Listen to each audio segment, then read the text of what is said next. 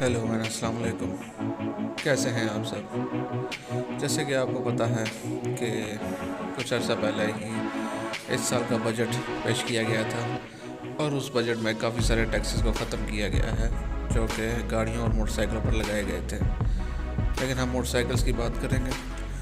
Motorcycles पर जो पहले इनके टैक्स थे वो 17% थे, अब उसको कम करके 12.5% तो कर दिया गया है। लेकिन क्या ये फ़ायदा आवाम तक पहुँचेगा?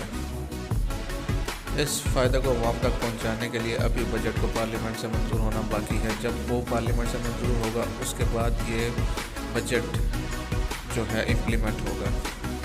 अब अगर इस बजट के परसेंटेज के हिसाब से बात की जाए तो कैलकुलेशंस के हिसाब से मुख्तलिफ़ बाइक्स की प्राइस की कीमतों में मुख्तलिफ़ तरह से कमी आएगी।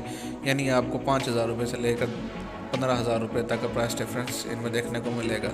लेकिन उसके साथ ही ये सब करते हुए मेरे सामने एक पोस्ट आई एक डीलर साहब की तरफ से, जो कि आप अपने सामने पढ़ सकते हैं कि अस्सलाम वालेकुम, उम्मीद करते हैं कि आप खैरियत से होंगे। जैसा कि आप सब डीलर साहिबान को बजट के बारे में बता चुके हैं कि पाकिस्तान में बनने वाली लोकल मोटरसाइकिल पर किसी किस्म का कोई एक्साइज टैक्स या किसी भी किस्म का कोई सेल्स टैक्स ख़त्म नहीं हुआ।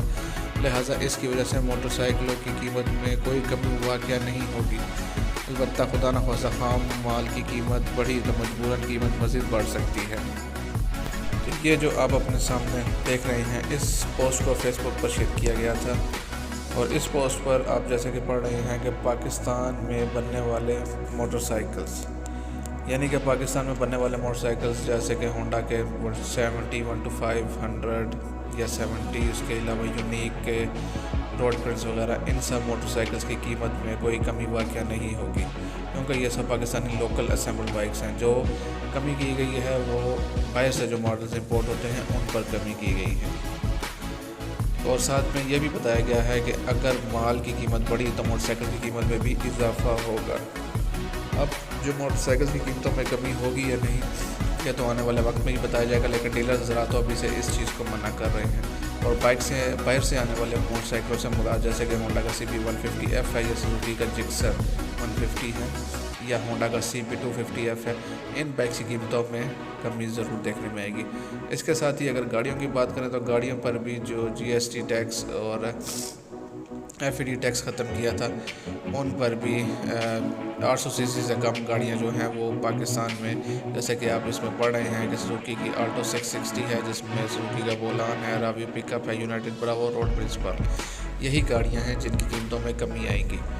उसके अलावा इन जो बड़ी गाड़ियां हैं 800 सीसी से ज़्यादा, उनकी प्राइस में किसी भी किस्म का कोई भी फ़र्क देखने में आपको नहीं मिलेगा, उनकी कीमतें वैसे ही रहेंगी।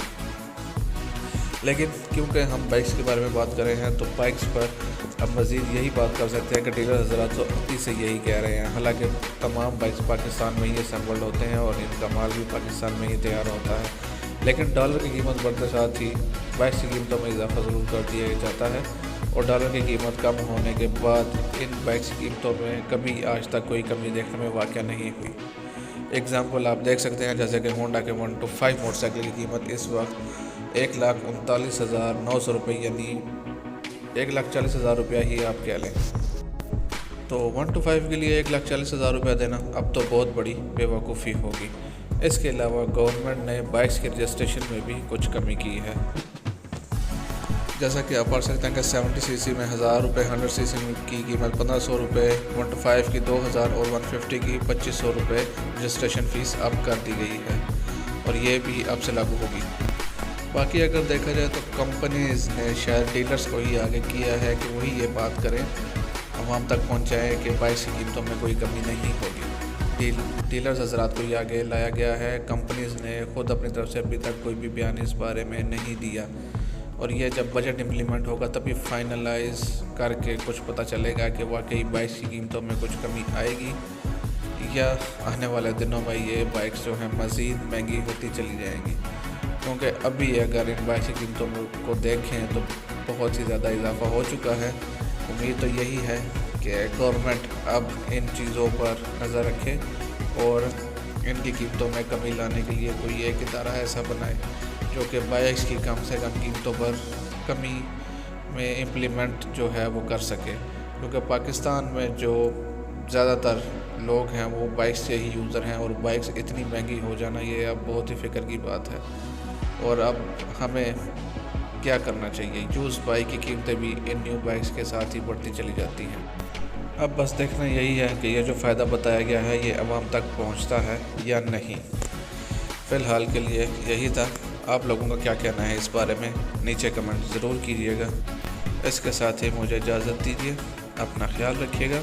अल्लाह हाफ़िज़।